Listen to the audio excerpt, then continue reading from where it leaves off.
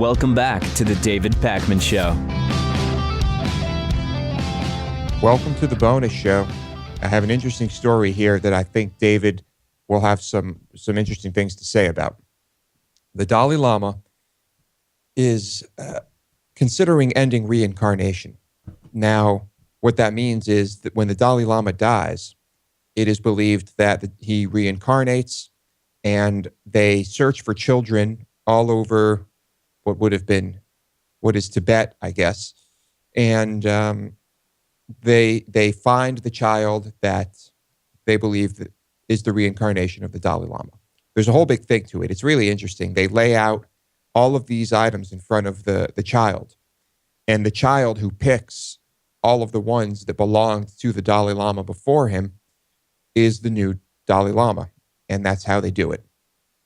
And first of all, do you believe that reincarnation is possible? Do you think that this is all just nonsense? What are your thoughts on that? Well, reincarnation is actually one of the most science-based afterlife concepts, and I know that might sound crazy, in the sense that when people die, their atoms become part of our planet once again, become reintegrated, and then we have kind of a steady amount of matter, and presumably some of those same atoms might ultimately be a part of someone else. Right? I mean, it's a little bit woo-woo, but my point is, if we compare it with the idea of a Jewish carpenter in the sky, the idea that bodies break down and then become part of the future of humanity is one of the more logical things that we could say. With regard to specific reincarnation, as the Dalai Lama and his followers believe, I mean, that's a little bit of a different story. But compared to some of the other afterlife theories, it's less crazy, isn't it? Agreed, but addressing specifically this type of reincarnation, where the spirit, if you will, or consciousness of this Dalai Lama he is able to transfer that into this child. Yeah, I've seen no evidence that suggests that happens at all. Okay. Well, I still think it's interesting, regardless of how likely it is that that's actually what's happening. But the Dalai Lama has said that he might end this. He might end reincarnation as the Dalai Lama. And there are some in China who are not happy about this, saying that it is not up to the Dalai Lama, that reincarnation should also be approved by the Chinese government. And I guess some in China consider this blasphemy against Tibetan Buddhism. But the Dalai Lama's reason for this is that he said that if a weak Dalai Lama is next, then it will be a disgrace to the Dalai Lama, that it would not be ideal to have a weak Dalai Lama. And I'm not sure what that really means. Does that mean that the reincarnation won't work properly, or that he fears that something could go wrong, or what does that really mean? Yeah, I don't know. And the other thing is, this also implies that the Dalai Lama chooses to have his spirit invade the body of someone else and could just as easily opt not to. That is the idea. Now, what happens is that they find children that are born the same day the Dalai Lama dies. Those are the children they inspect. That is the pool. And so, yes, it is believed that the Dalai Lama chooses where he is born in that way. So it is kind of interesting. And I know Tibet, of course, has, kind of been overrun. I mean, it's very sad what happened with Tibet. And I wonder if the Dalai Lama feels that it's just no longer necessary to have a Dalai Lama. So if he doesn't reincarnate, then is that it for Dalai Lamas? I think so. I think that's pretty much it. It wouldn't surprise me if people would still want to believe that there is one, and regardless of what the Dalai Lama says before he dies, decides to appoint one. I don't know. But I think that would be sad. I kind of want there to be a Dalai Lama. I would like to see a sovereign Tibet. Of course, is that realistic? Probably not soon, no. No. And there are still self-immolations happening all the time. Well, I say all the time, but over 120 in the last few years. So pretty frequently. And it is very sad, but I don't think China really cares. But for some reason, some people in China care if there's a Dalai Lama or not.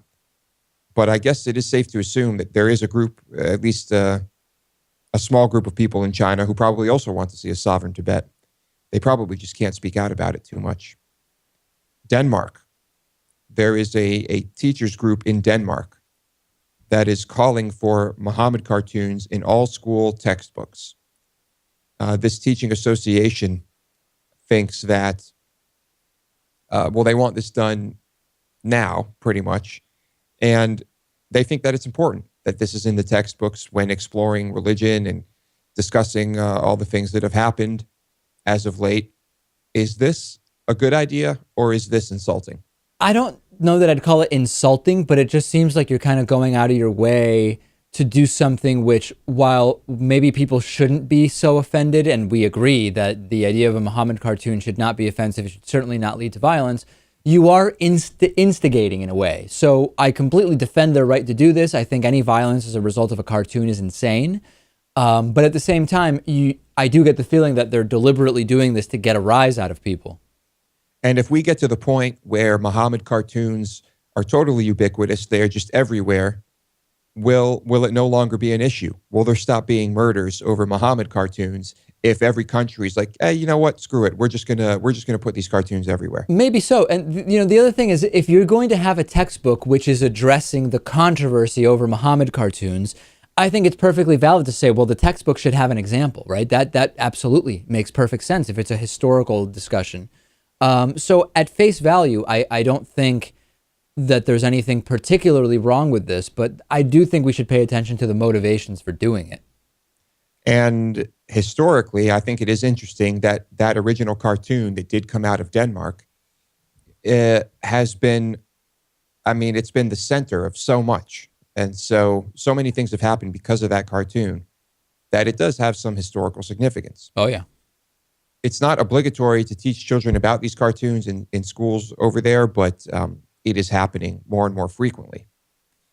And so I guess the Danish politicians are kind of split on this. A conservative spokeswoman said that it would be quite natural for schools to use the image. It seems that conservatives are more in favor of this than than what would be the Democrats. Those to the left and center left seem to be more hesitant. So anyway, that's what's going on in Denmark. It is kind of interesting. I think that I am in favor of the cartoons being put here. I think I'm in favor of children being taught about it. And let's try to, I don't know if desensitize is the word, but Just at least we could say diffuse. Diffuse. Let's try to diffuse images of Muhammad. There's nothing even in the Quran about images of Muhammad. It is not Quranic in any way. So I guess let's do it. Greece has been in serious trouble. Their economy is not doing well. There has been a lot of action in Greece because of this. And the Greek government just put out a statement saying that they might be interested in hiring tourists as non-professional and I guess just part-time tax inspectors that would spy on potential tax evaders. I'm sorry, this was in a leaked document. They did not publicly state this. Leaked document. Students and housewives, I guess, could also be used in this way because I guess tax fraud is one of their biggest problems. Tax evasion is a huge problem there. This seems like it's a little bit of a stretch, though. Hiring tourists to spy on potential businesses when they're visiting the country. I mean, how much information can they really gather when you walk into a store or restaurant and buy something? They might be able to gather information. I don't think it's an insane idea on principle, but I think that it's going to be practically pretty hard to do this, especially unless you provide some kind of serious incentive. Most people are just going to want to be traveling, and they're only there for a short time. You would have to you would have to continually be explaining to new people what it is they're supposed to do. I don't know, something about it sounds a little weird, although I understand the concept, which is that business owners who are evading taxes would probably assume that tourists who are going to leave the country and maybe never come back are good people to try to either get money that you don't declare, right? Get cash payments that you don't declare from, because the tourists are just leaving and they have no interest in what you're doing. I suppose.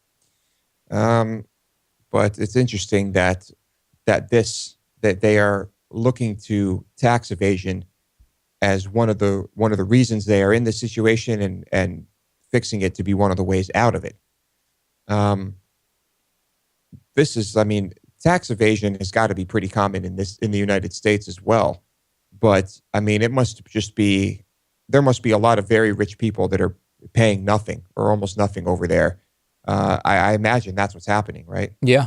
No, there's such significant tax evasion there. Italy has a lot of it. My Italian friends were telling me Argentina obviously has a ton of it. Mm-hmm. Yeah, it's interesting. Not sure that this is the best method here of dealing with this.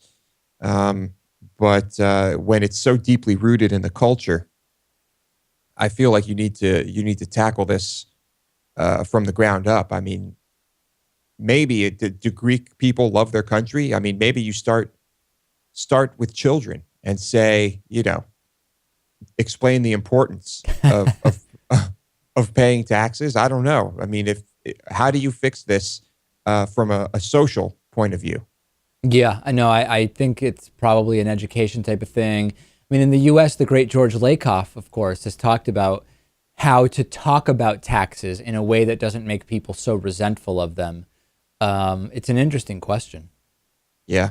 Taxes, big government intrusion, evil Orwellian, Hitler, socialist, fascist, communist, all of that. Hey, real quick, this is Lewis's last bonus show for a little bit. He's going to be on vacation. Then I will be on vacation for the first couple of days next week. So it'll just be me for the rest of the week. And except for Friday, right? Friday's bonus show. Except for Friday's bonus show, that's right. Which I guess we'll reveal we are pre-recording because Lewis is going away tomorrow. And then Monday, Tuesday, there will be no new shows. And then back to normal on Wednesday, assuming my flight doesn't get back into New York City until 11 p.m. Tuesday night. And we know the bad luck that I often have with flights. So assuming I'm back on time, then Wednesday we will have the next show. Okay, very good. Thank you. And by next show, I mean after Friday, because Wednesday, Thursday, Friday, we will have new shows, just to be in the interest of clarity this evening.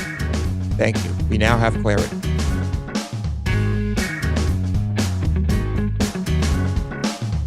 The David Pakman Show at davidpakman.com.